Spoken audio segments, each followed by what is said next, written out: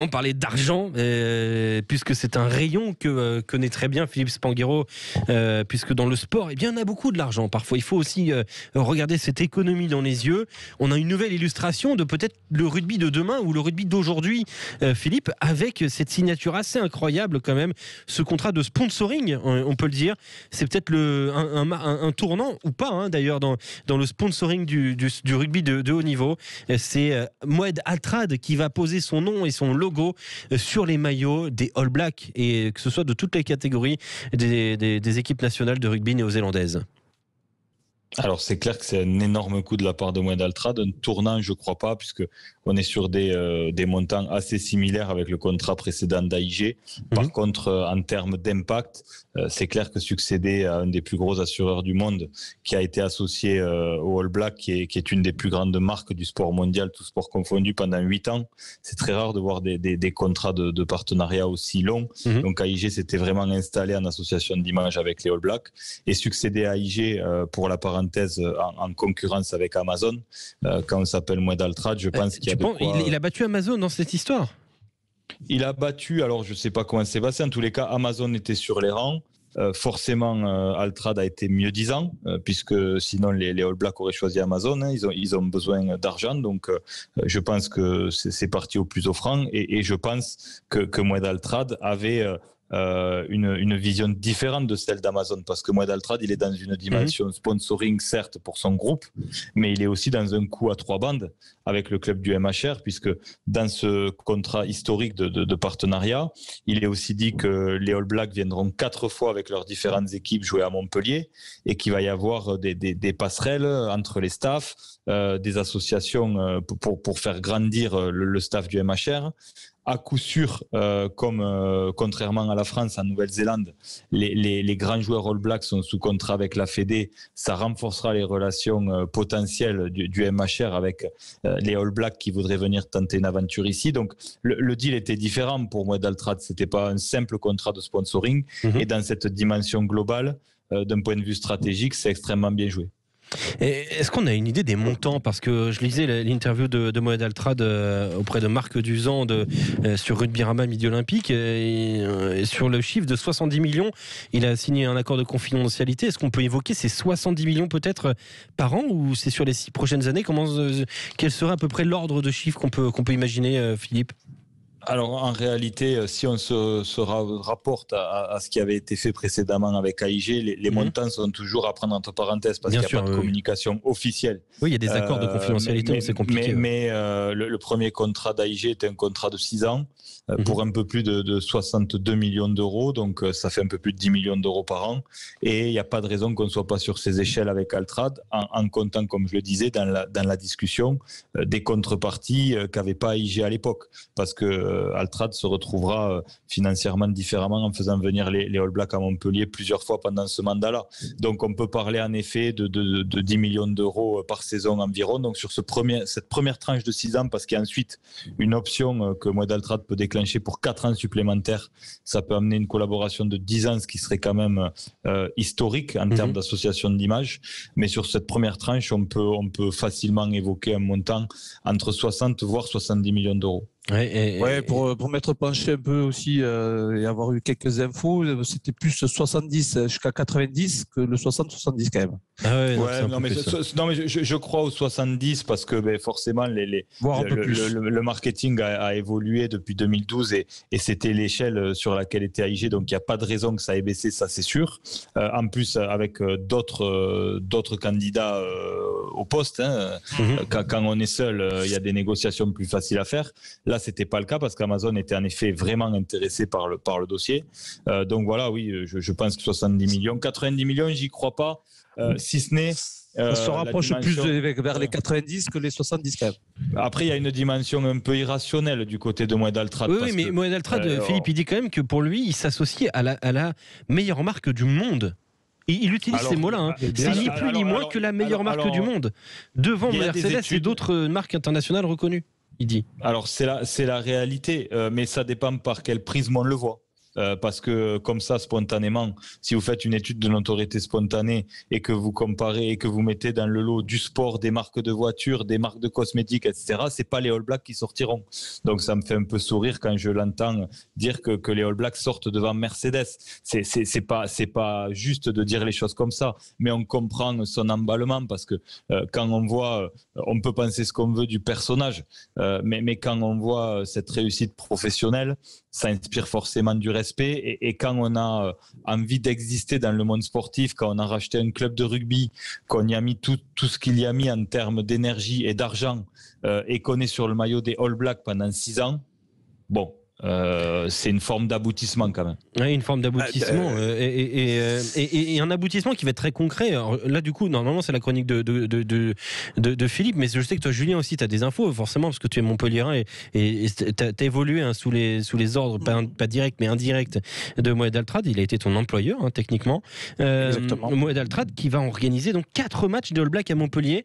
All Black B, Maori et Black Ferns. Voilà, c'est quand même quelque chose de fou. Enfin, on peut vraiment imaginer de voir les All Blacks à Montpellier. Enfin, ça me paraît un peu fou. Ah ben c'est signé. Hein. C'est incroyable. C'est signé, mais c'est signé à Montpellier ou dans un gros stade. Parce que Montpellier, par exemple, c'est 15 000 places, le stade GGL Stadium actuellement. Donc les retombées ne sont pas les mêmes que si c'était le stade de la Mosson qui se trouve à 35 000 places. Et c'est pas pareil si tu le déplaces au Vélodrome peut-être. Donc, écoute, a priori, c'est à Montpellier. Voilà, si c'est vraiment Montpellier, il faut trouver quand même une solution pour que lui aussi il est à l'inverse des retombées économiques. Mais, et puis il y a des échanges de compétences prévus, Julien. Il le dit, des échanges de compétences se dérouleront notamment au niveau des coachs, de la formation. Et par ailleurs, voilà, qu'il le disait, 4 matchs des All Blacks entre 2022 et 2026. Mais d'abord, il y aura une sorte de passerelle de compétences entre le MHR et la fédération néo-zélandaise. On peut vraiment y croire à ça ou c'est de la com, Julien ? Non, je pense qu'on peut y croire. Il l'a fait depuis des années avec les Sud-Africains. Donc, est-ce que le côté sud-africain, la filière sud-africaine, il commence à s'effriter et va arriver sur la fin. Donc, il repart sur du Néo-Z. Je sais pas. Par contre, je souhaiterais pas que ce soit les retraités qui arrivent All Black parce que je l'ai vu avec parce que c'est un championnat déjà difficile. Et puis les All Blacks s'y habituer, s'acclimater déjà à la langue et puis au style de jeu que met le top 14. C'est différent. Aaron Pruden, que j'ai pu jouer et entraîner, qui était à Montpellier, le numéro 10 All Black, n'a pas su, il n'a pas su en tirer des meilleures qualités qu'il avait. Donc, il est passé à côté complet pendant 2 saisons. Donc, c'est compliqué quand même. Moi, j'ai une question un peu cynique. Philippe, tu me connais. Non, je rigole. Les All Blacks, est-ce que aujourd'hui, c'est vraiment purement un produit marketing ? Au-delà du sport, la marque All Black n'est-elle plus que du sport, mais surtout du business, 90% de business aujourd'hui? Non, je crois pas. On parle quand même d'une marque qui parle de culture, qui parle de culture maori, qui évoque ce genre de choses-là, des choses qui sont spirituelles aussi, des choses très fortes, très, très proches de l'identité donc néo-zélandaise, qui même, on pourrait dire, communique globalement cette identité maori. Là, on parle de faire de l'argent avec les All Blacks, avec cette identité maori-là. Moi, ça me gêne toujours un peu. Ouais, mais c'est vrai pour tout et partout. C'est un raisonnement un peu schizophrène. C'est-à-dire qu'à la fois, il faut trouver le meilleur il faut trouver le... Non, mais ça, tu sais ce que c'est, toi. Mais il faut trouver le meilleur compromis. Il faut trouver le meilleur compromis entre les moyens pour rester compétitif à ce très haut niveau de sport et des enjeux économiques qui vont avec, et garder une dimension de filiation sur la formation, etc. Les All Blacks ont besoin d'argent. Ils en avaient besoin par deux biais. Le biais d'une vente d'une partie de la marque qui a été réalisée il y a quelques mois, et on a vu le tollé que ça a suscité avec les anciens joueurs, etc., parce qu'il y a cette vraie culture différenciante. Mais après, quand on est les All Blacks et qu'il faut remplacer AIG, avec AIG, on était déjà loin de la culture maori. Donc après, le débat, il est déjà plus d'actualité. Depuis 2012, ils ont vendu leur maillot à une entreprise mondiale. Donc ils ne vendent pas leur âme. Je crois qu'ils essaient de ne pas la vendre. Et puis, quelque part, dans les négociations commerciales, venir 4 fois en 6 ans à la demande d'un sponsor qui vous donne 70 ou 90 millions d'euros. Ce qu'avaient fait d'ailleurs les All Blacks pour AIG à Chicago, hein, face à l'Irlande. Bien sûr. Et ça avait été d'ailleurs un succès populaire, hein, au passage. Oui, est-ce qu'il se refera encore, parce que il y a toujours des Américains quand même enfin il y a depuis peu des Américains qui possèdent une partie de la marque. Donc tout ça va se mettre en musique. En tous les cas, j'espère que ça servira le MHR à grandir encore, parce que voilà, il faut pas souhaiter de mal à personne. Mais c'est vrai que avant de parler de ce que ça va apporter concrètement, c'est un énorme coup de com' et entre parenthèses, pour assouvir une soif de reconnaissance médiatique internationale. Pour Moed Altrad, il n'y avait pas de meilleur coup à faire en termes de rapport qualité-prix que l'image des All Blacks. En conclusion, c'est un deal que tu considères gagnant-gagnant dans cette idée-là pour Moed Altrad. Et qu'est-ce que ça peut changer, notamment dans l'envergure de Moed Altrad, cette fois-ci sur une envergure nationale, hein. On a vu Bernard Lemaitre s'est acheté Cheslin Colby aussi pour peut-être gagner de l'importance à l'échelle nationale. Est-ce que Moed Altrad, lui aussi veut se placer ? Mais il y a clairement cette dimension-là. La dimension nationale, il l'avait déjà en achetant le maillot de l'équipe de France. Et on sait que, grosso modo, il a un statut un peu à part de par son argent. On voit quand même qu'il respecte aucune des règles. C'est quand même un peu passé sous les radars. Oui. Mais il emmerde tout le monde avec le salary cap. Et puis quand la Ligue le convoque, il dit bon les gars c'est combien, il fait un chèque de 3 millions d'euros, le lendemain il est chez lui et il recommence à emmerder tout le monde avec le salary cap. Donc voilà. Non mais Moed, si tu nous écoutes, t'es le bienvenu, hein.